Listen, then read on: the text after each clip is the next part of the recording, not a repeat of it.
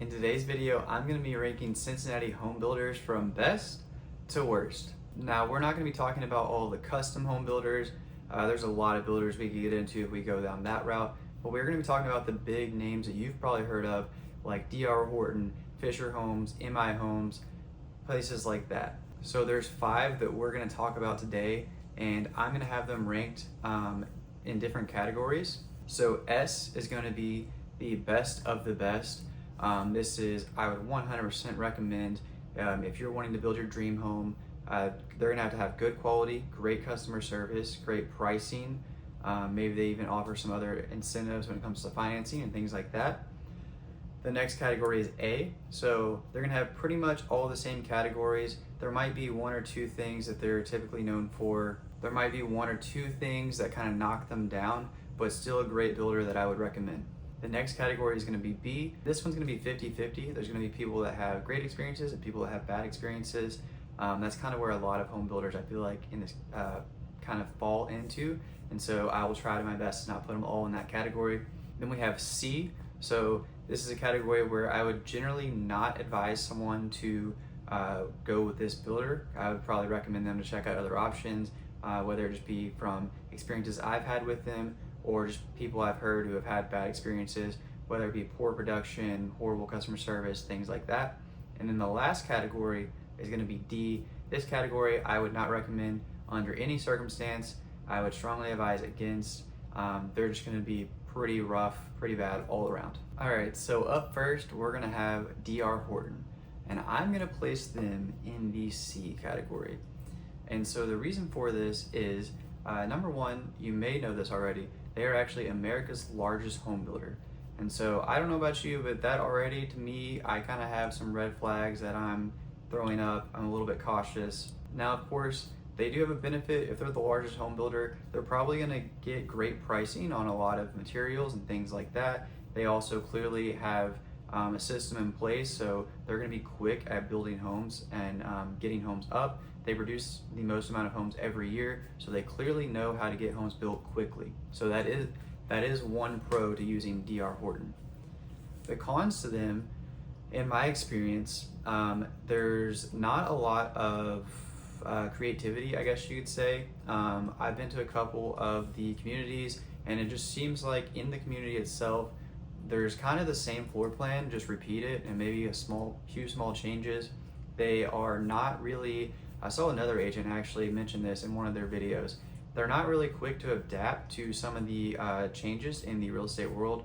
She even mentioned, like, you can look at a home from DR Horton and that was built in 2002 or 2025, and they're kind of similar, and I would have to agree with that. Also, in my experience in talking with the reps in this area, they've all been great and very nice. It is clear that they push that they are the biggest home builder in America, and so I think I can say honestly I haven't had a transaction with him yet, so this is not set in stone, but I would think that they probably aren't going to be the best of the best when it comes to customer service and things like that. I think their focus is more on let's get a bunch of homes built, and I'm not saying the reps think this, but just DR Horton as a whole.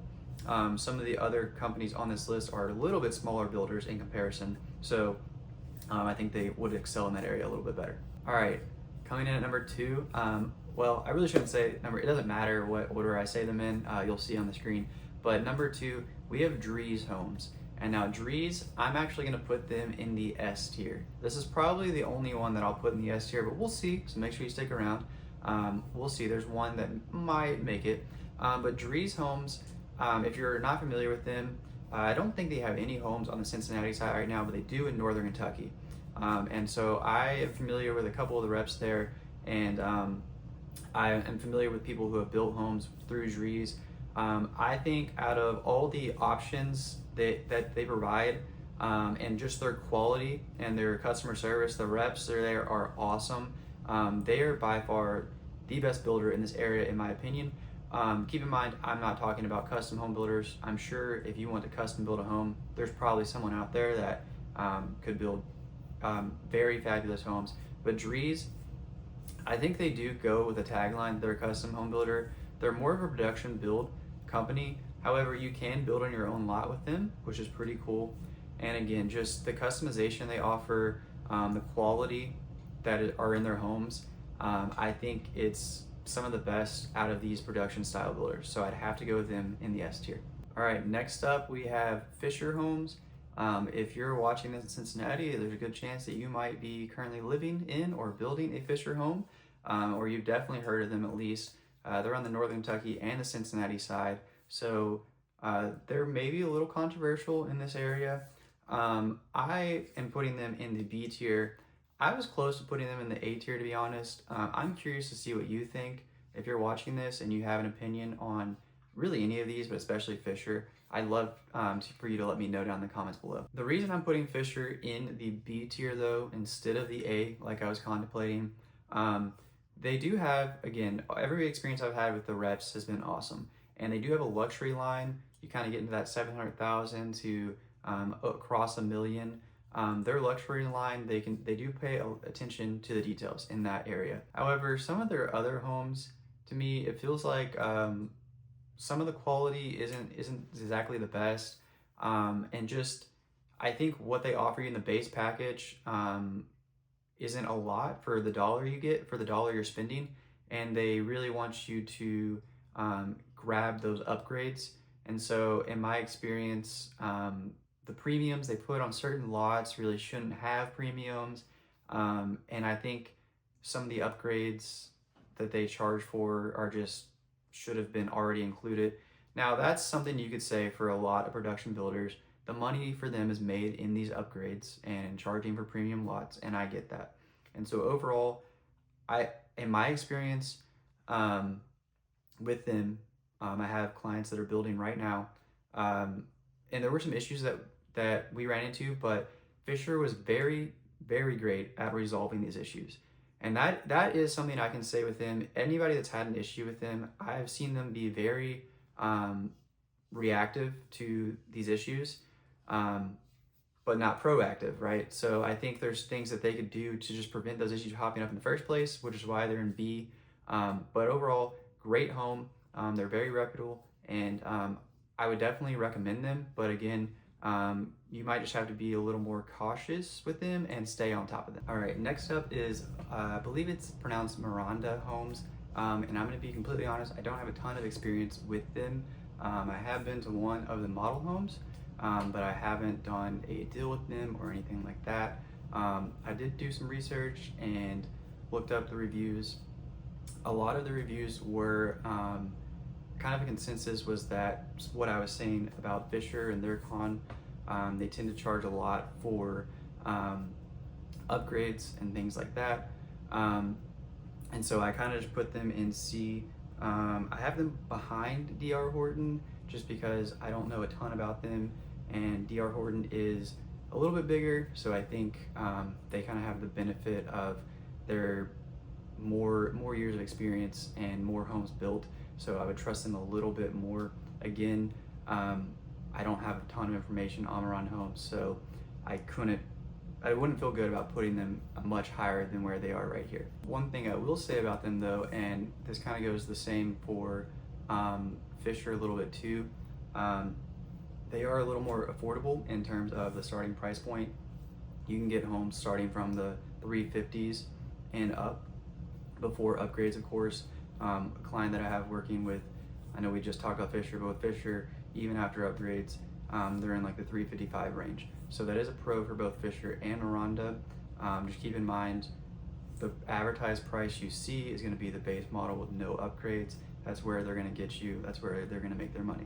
All right, next up we have MI Homes, and I'm actually gonna place MI Homes in the A category, so just below Drees.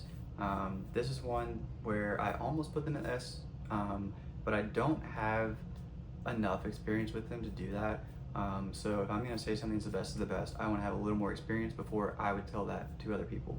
However, the experience I do have with them, I noticed that their quality was very great compared to some of the builders in this area.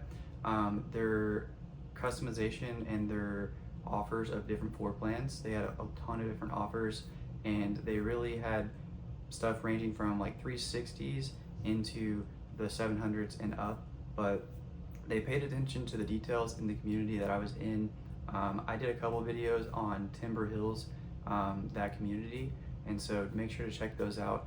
I'll have that card up here, or I'll put it in the link in the description if you want a tour of some of those homes. I did a tour of a couple of the floor plans, but they had a lot of different floor plans, like I mentioned. It seemed like they cared about the quality, and they actually, a lot of their communities are maintenance free, which is awesome. Of course, there is an HOA fee, but it felt like they didn't just care about the money they would make from the sale, but they really cared about the people that would be living there. They paid attention to the community. There's a ton of green space and trails in there, and so the community was well kept. Like I said, they maintain that for you. And so my experience with In My Homes, it was awesome. The details were there. The rep that I talked to, I've talked to a couple, were all awesome. Any questions that I had or clients had, they were on top of it. And so I really feel like they cared about the people and not just making money. All right, and the last one here is Cristo Homes. Now, this could change for me coming up here soon. They're about to, they are currently building, they broke ground and they're building the model home. They're gonna have a townhome community in Forest Park, and I will have a video on that. I've already been in talks with them. So I will have a video on that. However, I've been to one of their other homes in South Lebanon, which I also have a video on. I have not done a deal with them. So again, this is one where I can't speak on what it looks like to do a deal with them. However, my experience in that community, the reps were, again, it's hard to judge a company based off one person, but the rep that I talked to didn't seem like maybe I caught them on a bad day, but it just didn't seem like they wanted to give me a ton of information. I did the video. The home was, of course, it was the model home, so it was stage well. Overall, it felt like they were overpriced compared to similar priced homes in that area. And so that's one thing, that's one benefit of bringing a realtor to even a new construction process, is I can do comps and let you know if you're overpaying or maybe you're getting a deal. To me, it seemed like what you got was not equal to what you could get in another neighborhood in that area. And so it was a 2-bed, 2-bath, and it was in the 300,000s. And it really just felt like they were rushing to just put homes together and get them sold. And so for me, that's why I have them in C. And I would probably put them behind Maronda. I put them in front. I wasn't thinking, but I would put them behind Maronda for that reason. However, again, I didn't have a lot of information on Maronda, so take that with a grain of salt as well. All right, so that was my ranking of the production builders here in Cincinnati. I'll have the final ranking list on the screen here. Of course, I didn't put anybody in the D category. For me, keep in mind, I'm ranking these based off of knowing that they are production builders. So there's always gonna be cons that come with that sort of thing. I didn't have any that I felt like, with taking that into mind, I didn't have any that I felt like were just absolutely no-goes, but of course, that could change over time. Let me know if you would like me to do an in-depth video on just one of the builders and go more into depth. I didn't want to talk about each one too long because I didn't want the video to be 20 minutes long. It was kind of a brief overview. And if you're thinking about buying your next home, whether it's building or purchasing a resale home, I would love to help you out. My information is on the screen, or you can use the link in the description.